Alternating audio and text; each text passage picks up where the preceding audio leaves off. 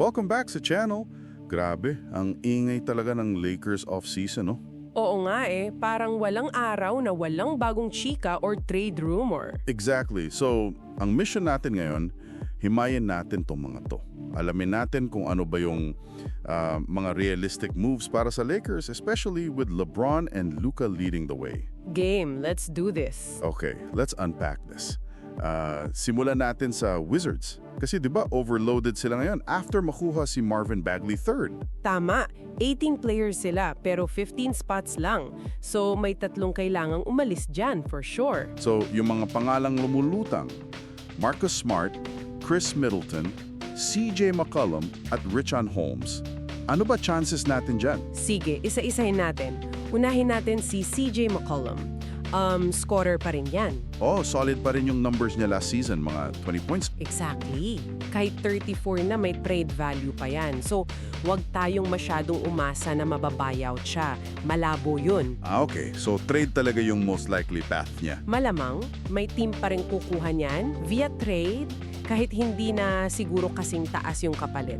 Para sa Lakers, sa buyout market, parang out na si CJ. Gets. Okay. So, next, si Richaun Holmes. Siya yung parang pinaka-obvious na potential cut, di ba? Dahil sa contract niya. Oo, partially guaranteed lang. Mga 250K lang. Siya yung pinakamadaling i-waive, kumbaga, pakawalan ng team. Pwede ba sa Lakers yun? Pwede siguro, pang third center, ganon, after Ayton and Hayes. Pero kailangan pa natin mag-wave din ng player natin para may spot, no? Like si Milton or si Goodwin. Tama. So parang hindi siya top priority siguro. Unless wala na talagang ibang option. Low priority target lang. Okay. Na, dito sa medyo mas exciting siguro, Marcus Smart at Chris Middleton. Unahin natin si Smart. 21.5 million yung salary niya. May mga trade rumors na lumabas dyan involving Gabe Vincent, Maxi Kleber plus a pick. Defensive upgrade si Smart, pero yung tanong, worth it ba gamitin yung expiring contracts ni na Vincent at Kleber? Kasi valuable asset din yun, di ba? exactly. Yung strategic question. Pwede kasing gamitin yon sa ibang potentially bigger trade later on. Tama. Kaya for the Lakers, siguro ang pinaka-ideal scenario kay Smart is mabuyout siya. Buyout para free agent signing lang, no? Oo, kaso, syempre may risk din yun.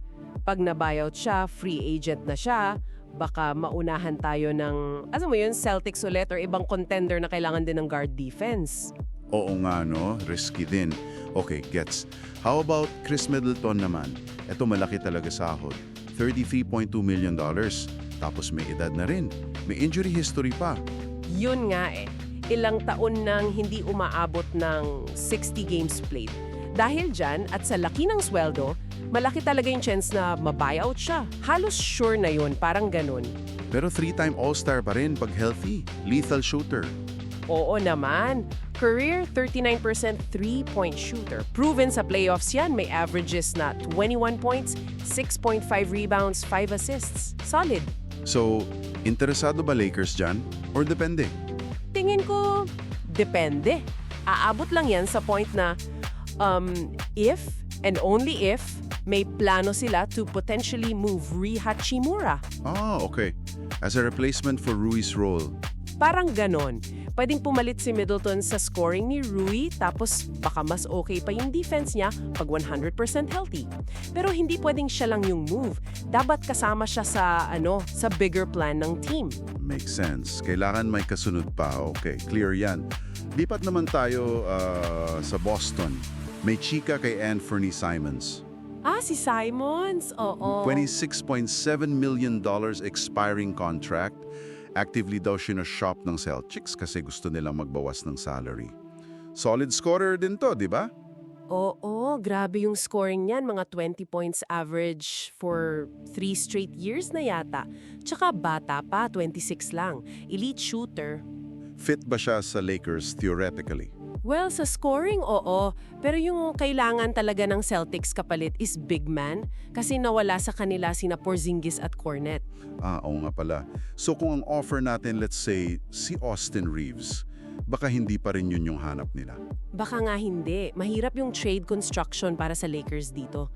Lalo na kung big man ang priority ng Boston. Medyo malabo pa siguro for now. Okay, gets.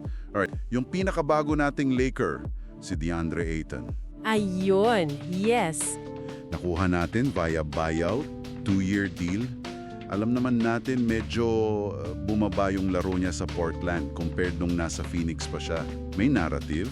Oo, yung nga yung narrative sa kanya eh. Consistency, effort level, mga ganun. Pero gusto ko yung sinabi niya sa media recently. Ano yun? Sabi niya, it fuels me. Gigil daw siyang patunayan na mali yung mga critics. Parang feeling niya, nasa tamang lugar na siya ngayon sa Lakers para ipakita kung sino talaga siya. Gusto niyang manalo. Yes. Yan ang gusto nating marinig. Yung gutom, yung may gustong patunayan. Tapos excited din daw siyang makalaro sina LeBron at Luka, mga playmakers na tingin niya makakatulong i-elevate yung laro niya. Parang yung tandem niya with Chris Paul dati sa Suns nung nag-finals run sila, no? Exactly. Yun nga yung comparison niya. Nakaka-excite isipin yung potential nun. Sobra. Nakaka-excite talaga akong anong level ang maaabot niya dito sa atin. Totally. So yun na nga, ang daming umiikot na possibilities, potential buyout guys galing Wizards like Smart or Middleton, si Simons na nasa trade block, tapos si Ayton na ready nang magpakitang gilas ulit. Ang daming kailangang abangan. Hindi pa tapos tong off-season, ah. Hindi pa talaga.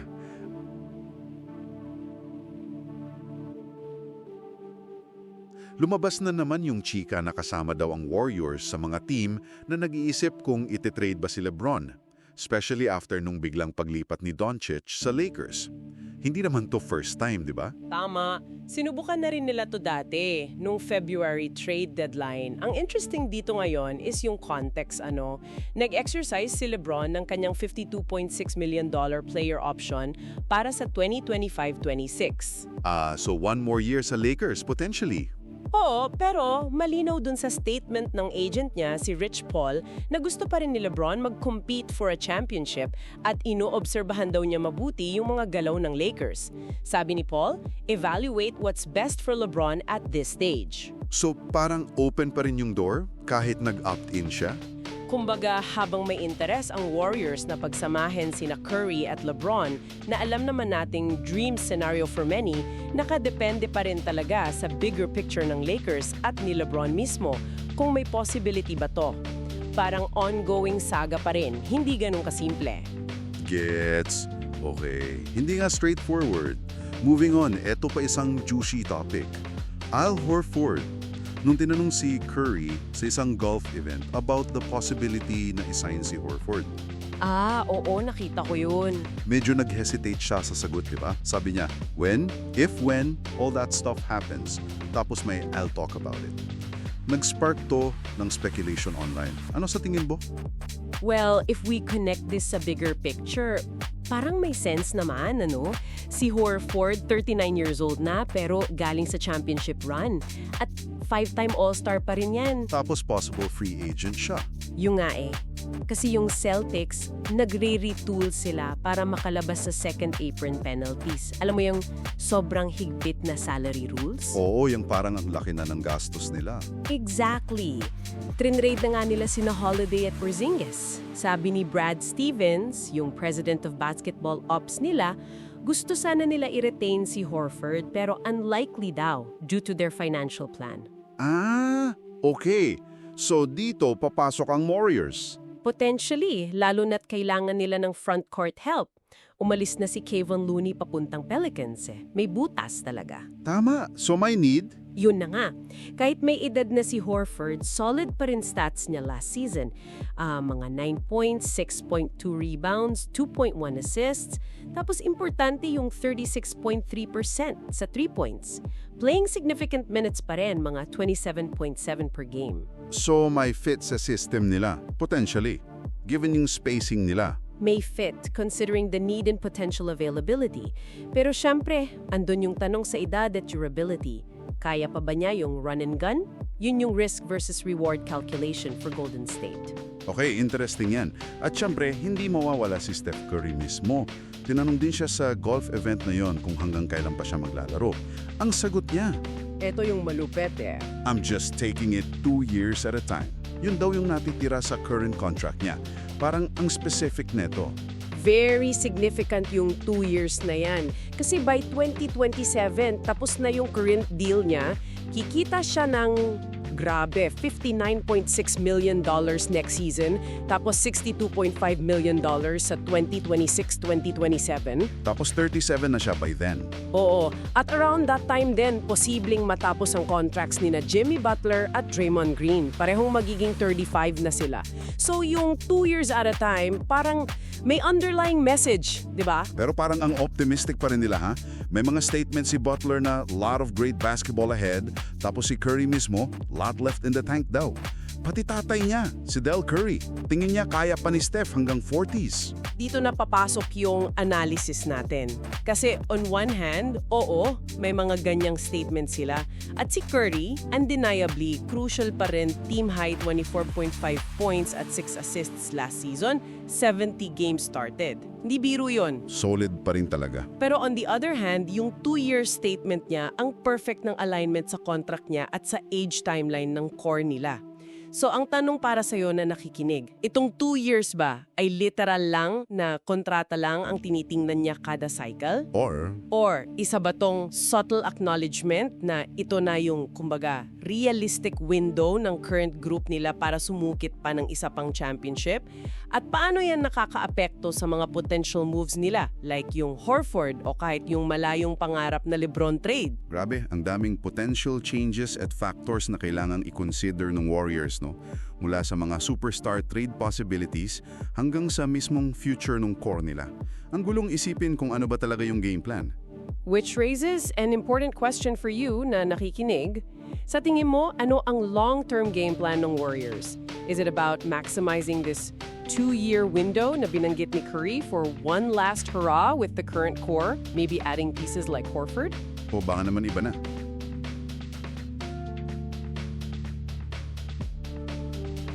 Para sa'yo, unahin na natin yung 2K covers. Uy, nakita mo ba yung lineup? Ang lakas! Si Shai Gilgeous-Alexander para sa Standard Edition. Si SGA, yeah. Tapos si Angel Reese sa WNBA edition. Tapos si Carmelo Anthony para sa Superstar Edition. May special edition pa sila na magkakasama silang tatlo. Astig yung choices, di ba? Oo. At parang napaka-timing nung kay SGA, di ba? Scoring champ, finals MVP. Nag-champion pa yung OKC Thunder. Grabe yun. Sunod-sunod. Tapos pumirma pa ng Supermax extension na $285 million. Talagang sunod-sunod ang blessings. Sabi pa niya, childhood dream come true daw to para sa kanya.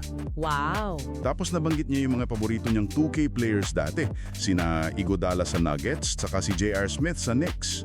Ah, nice throwback. At kasama na siya ngayon sa elite group ni na Kareem, MJ, Shaq. Scoring title, League MVP, Finals MVP sa iisang season. Hindi biro yun. Talagang hindi. Tapos si Angel Reese, grabe rin yung impact niya sa WNBA, no? Rookie season pa lang.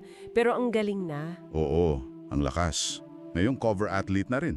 Oo nga eh. At mahalaga yung sinabi niya, yung quote na, "If you can see it, you can believe it."